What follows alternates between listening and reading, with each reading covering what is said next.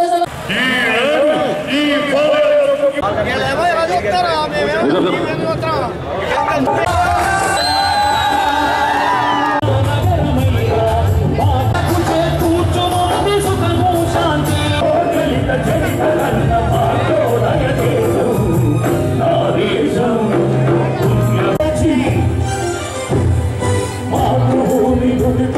నమస్కారాలు తెలియజేస్తున్నా.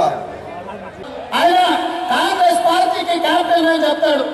ఆయన టీంలో ఉన్న సభ్యులు ఎవరంటే దానం, ధర్మాన, పొన్నాల, కన్నాల, సారథి, సబిత, గీత, బొత్స అందరు 420. మరి 420లకు నాయకత్వం వహిస్తున్న కిరణ్ కుమార్ రెడ్డి గారిని మహారాజశ్రీ 420 అనక తప్పదని చెప్పి ఈ సందర్భంగా మిత్రులందరికీ కూడా విజ్ఞప్తి చేస్తున్నా. ఉద్యమాన్ని విద్యార్థులు, ఉద్యోగులు, కుల సంఘాలన్నీ కలిసి ఉద్యమాన్ని నిర్మిస్తే ఆ ఉద్యమాన్ని తన పుట్టలో పెట్టుకొని తనకు ఓట్లు, సీట్లు, నోట్లు కావాలన్నప్పుడల్లా ఆ ఉద్యమాన్ని తీసి ఆట ఆడించి తద్వారా వచ్చే ఓట్లు, సీట్లు, నోట్లు తీసుకొని తన పుట్టలో పెట్టుకొని పోయి ఫామ్ హౌస్ లో వండుకుంటున్నాడు ఆయన. ఈ రోజు అట్లాంటి వాడు ఈ రోజు చంద్రబాబు నాయుడు గారి గురించి, తెలుగుదేశం పార్టీ గురించి మాట్లాడుతున్నాడంటే వాళ్ళు చూసి జాలి పడాలో ఏం చేయాలో అర్థం కావట్లేదు.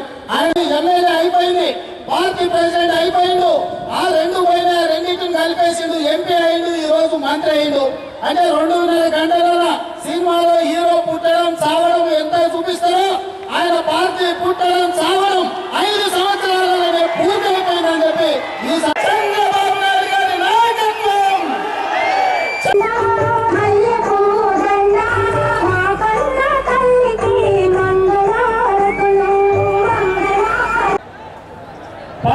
మనమందరం నాయకుడికి స్వాగతం పలికే పనిలో ఉండే ఉపన్యాసాన్ని కొనసాగి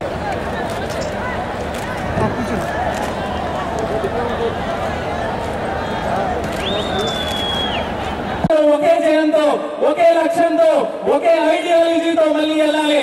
అదే నాన్నగారి ఐడియాలజీ కూడా అదే. నాన్నగారు కూడా చనిపోయిన తర్వాత కూడా ఆయన మొదలుపెట్టిన ప్రజాసేవ ఆగిపోకూడదని, ఆయన మొదలుపెట్టిన ప్రజా పోరాటాలు ఆగిపోకూడదని ఈ రోజు ఆయన బాధ్యతలు నేను నా మీద వేసుకున్నాను.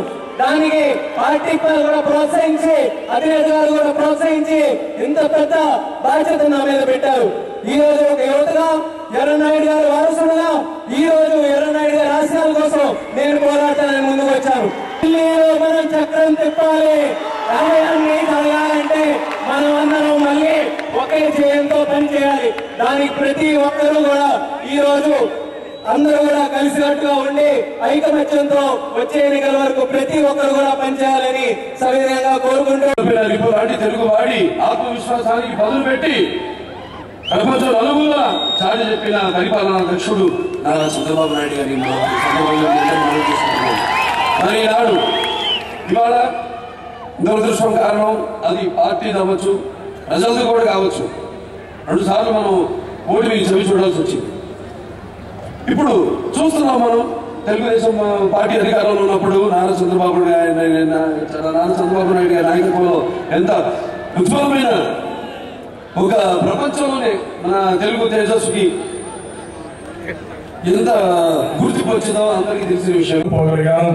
ఈ రోజు రాష్ట్రంలో మీరు ఒక్కసారి చూస్తే ప్రజల సమస్యలు, ప్రజల కన్నీళ్లే నన్ను ముందుకు తీసుకొచ్చింది తప్ప ఇంకోటి కాదని చెప్పడానికి మీకు తెలియజేస్తున్నా.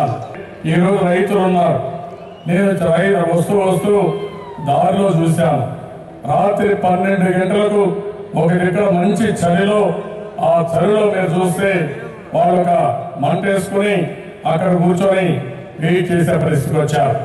నేను అడిగా రైతుల్ని, ఏంటి ఇక్కడ ఉన్నారు ఈ సమయంలో అంటే, కరెంట్ ఎప్పుడు వస్తుందో ఎప్పుడు పోతుందో తెలియదు, రాత్రి ఎప్పుడో వస్తా ఉంది, ఆ కరెంటు కోసం రాత్రంతా నేను జాగారం ఉన్నామని చెప్పి ఆ రైతులు చెప్పినప్పుడు నాకు అనిపించింది పాలకుల యొక్క అసమర్థం వల్ల రైతులు రాత్రంతా పొలం దగ్గర కాపలా ఉన్నారంటే ఇది చాలా బాధేసిన సమస్య.